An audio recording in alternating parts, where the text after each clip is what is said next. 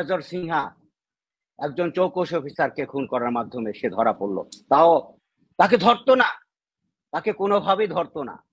তাকে ধরেছে আর্মিদের একটা প্রেশার ছিল বলে তাকে আইনের আওতায় আনা হয়েছে। তাহলে এরকম হাজার হাজার মানুষ খুন করে ওসি প্রদীপরা দিন বুক ফুলিয়ে ঘুরেছে। তার বিনিময়ে শেখ হাসিনা কি চেয়েছে? যে আমাকে টিকিয়ে রাখো। এই যে পুলিশে যারা কাজ করতে চাচ্ছে না, কর্মবিরতি চাচ্ছে, তাদেরকে প্রত্যেককে আপনি এক এক করে হিসাব করে দেখবেন তারা হত্যা করেছে। তাদের বিচার হবে এই ভয়ে তারা কর্মে যোগদান করতে চাচ্ছে না। যা হয়েছে এনাফ ইজ এনাফ। যুদ্ধক্ষেত্র শেষ, এখন দেশ গড়ার সময়। যারা দেশ গড়তে এসেছেন, যে সরকার এসেছেন এই দেশের জন্য, আমি বলবো এই দেশের ভাগ্য এরকম একটা সরকার পেয়েছি। নোবেল লরিয়েট ডক্টর ইউনূসের মতো একজন সরকার প্রধান পেয়েছি আমরা। এটা পুরা জাতির জন্য একটি গর্বের বিষয়। আয়নাগর আসলে ডিবি না, এই স্বৈরাচারী ফ্যাসিস্ট সরকার সমস্ত বাংলাদেশের শান্তিপ্রিয় মানুষ, যারা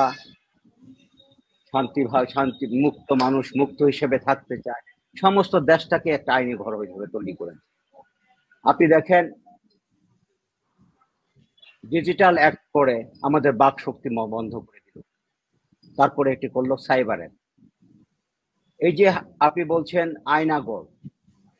আয়নাঘর তো প্রতিটা জায়গায় তারা সেফ কাস্টডি, বিভিন্ন বাড়িতে সেফ কাস্টডি তৈরি করেছে। তারা খুন করে বঙ্গোপসাগরে ফেলে দিয়েছে। আমরা সবাই, পুরা দেশটি একটি হাজতখানার মধ্যে ছিল। কোন রাজনীতিবিদ, দেখেন আয়নাঘরে আপনি কাদেরকে পেয়েছেন? কোন ডাকাত, চোর, জঙ্গি না, আপনি কাকে পেয়েছেন? রাজনীতিবিদ। কেন? তারা দেশের কথা বলে। রাজনীতিবিদ হচ্ছে একটি দেশের সবচেয়ে বেশি পেট্রিয়টিজম, সবচেয়ে বেশি দেশপ্রেমিক। তারা দেশকে ভালোবাসে বলে দেশের পক্ষে কথা বলে, সেটাই রাজনীতি হওয়া দরকার। কিন্তু শেখ হাসিনা এই দেশের বিরুদ্ধে দাঁড়িয়েছে। আমি এক সময় বলতাম, এই দেশে যদি রাষ্ট্রদ্রোহী থেকে থাকে, এক নম্বরে শেখ হাসিনা, এর বাইরে কিছু না। আপনি দেখেন, আপনি আয়নাঘর প্রত্যেকটি জায়গায় উনি তৈরি করেছে। রাষ্ট্রটাই একটি আয়নাঘরের মধ্যে তৈরি করেছিল উনি। আপনি সংখ্যালঘুদের কথা বলছেন, আপনি ওসি প্রদীপের কথা দেখেন না। ওসি প্রদীপ 100 খুন করেছে মিনিমাম, তারপর ধরা পড়লো কোথায়? মেজর সিনহা একজন চৌকস অফিসারকে খুন করার মাধ্যমে সে ধরা পড়লো। তাও তাকে ধরতো না, তাকে কোনোভাবেই ধরতো না। তাকে ধরেছে আর্মিদের একটা প্রেশার ছিল বলে তাকে আইনের আওতায় আনা হয়েছে। তাহলে এরকম হাজার হাজার মানুষ খুন করে ওসি প্রদীপরা দিন বুক ফুলিয়ে ঘুরেছে। তার বিনিময়ে শেখ হাসিনা কি চেয়েছে? যে আমাকে টিকিয়ে রাখো। আপনি দেখেন, বিপ্লব, প্রলয়, শ্যামল, সুদীপ, এরা কারা? এরা সংখ্যালঘু। এই সংখ্যালঘুরা কি করেছে? এই দেশের জনগণের উপর অত্যাচার করেছে। আপনি কিছুদিন আগে দেখেছেন, দুইজন হাফেজকে হিন্দু মন্দিরের কি কাপড়ে আগুন দিয়েছে, এই কথা উঠিয়ে দিয়ে পিটিয়ে মেরে ফেললো। এই দেশটা সংখ্যালঘু আপনি বলছেন, তখন সংখ্যালঘু কোথায় গিয়েছিল? দুইজন হাফেজকে যখন পিটিয়ে মারলো সংখ্যালঘুরা, তখন কি তারা সংখ্যালঘু ছিল? আজকে সংখ্যালঘুর কথা বলছেন কেন? আজকে দেখেন, যারা এগুলা ধোয়া তুলছে, তারা সবগুলা স্ক্রিন বাঁচানোর জন্য। যারা পুলিশের কাজে যেতে চায় না, তারা দেখবেন তারা গুলি করে। এই যে ফিনিশ পাখি, মেজর সিদ্দিক সাহেব বলে গেল যে ফিনিশ পাখির মতো যারা এই দেশকে রক্ষা করেছে, রক্তের বুকের তাজা রক্ত ঢেলে দিয়েছে, এই মাটিকে রক্তে রঞ্জিত করেছে, হাজার হাজার বুকে মৃত্যুবরণ শহীদ হয়ে এই দেশকে বাঁচিয়েছে, তাদের জন্য আজকে এই দেশ আমরা পেয়েছি। আজকে এই দেশের মানুষ একটি দেশ পেয়েছে। এই তাদেরকে এই সংখ্যালঘু তখন তারা কিভাবে হত্যা করেছে? এই বিপ্লব, প্রদীপ, প্রলয়, শ্যামল, সুদীপ, এরা কারা? এরা কারা? আজকে কেন বলছেন? এই যে পুলিশে যারা কাজ করতে চাচ্ছে না, কর্মবিরতি চাচ্ছে, তাদেরকে প্রত্যেককে আপনি এক এক করে হিসাব করে দেখবেন, তারা হত্যা করেছে, তাদের বিচার হবে এই ভয়ে তারা কর্মে যোগদান করতে চাচ্ছে না। আজকে যারা হত্যা করেছে প্রত্যেকটি ছেলের, প্রত্যেকটি ফিনিশ পাখির হাতে হাতে মোবাইল আছে, ছবি আছে। সে যে থানায় যাক না কেন, দেশের যে প্রান্তে যাক না কেন, যদি গুলি করে হত্যা করে থাকে, ছবি দেখে তাকে বের করা হবে ইনশাল্লাহ।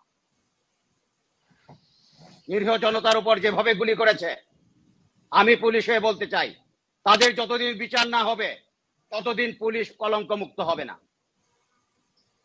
আগেই দরকার তাদের বিচারের ব্যবস্থা করা, তাদেরকে আইনের আওতায় আনা। এর জন্য জনগণ তার বিচার নিজের হাতে নিয়ে দিবে, সেটি যেন না হয়।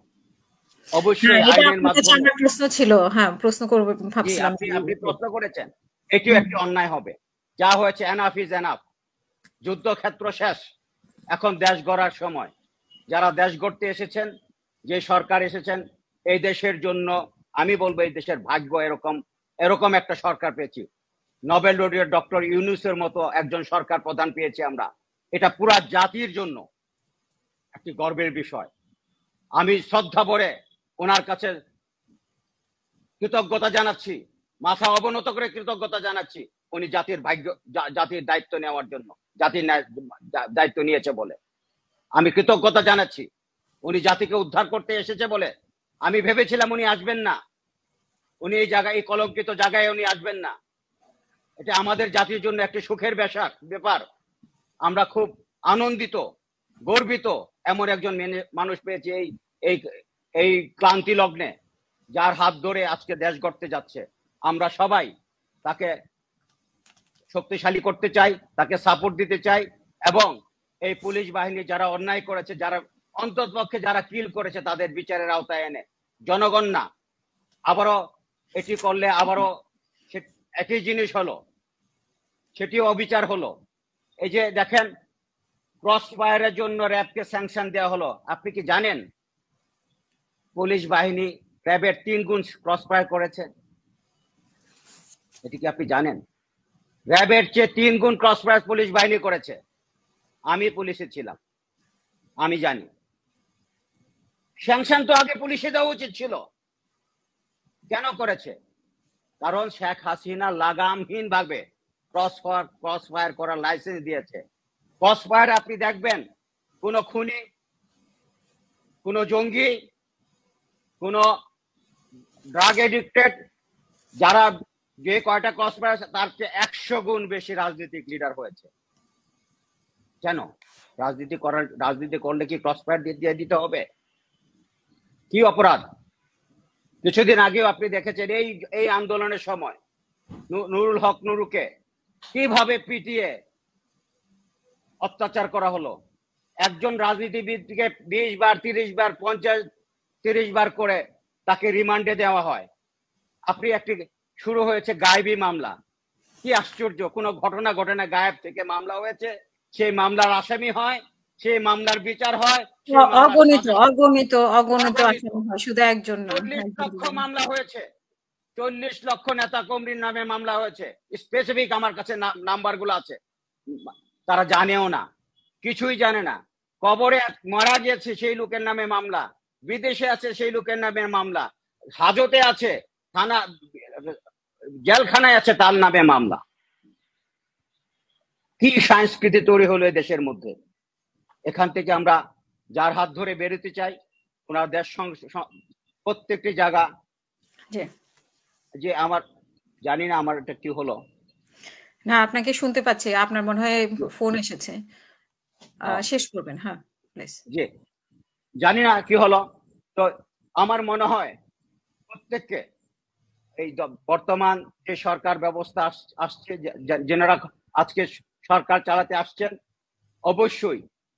অবশ্যই আমরা প্রত্যেকে তাদেরকে সহযোগিতা করব এবং আইন নিজের হাতে তুলে নিব না।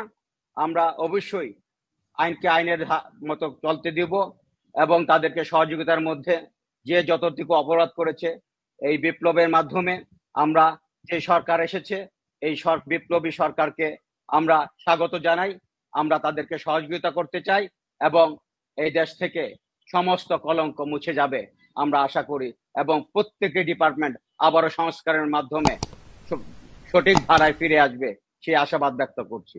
ধন্যবাদ সবাইকে।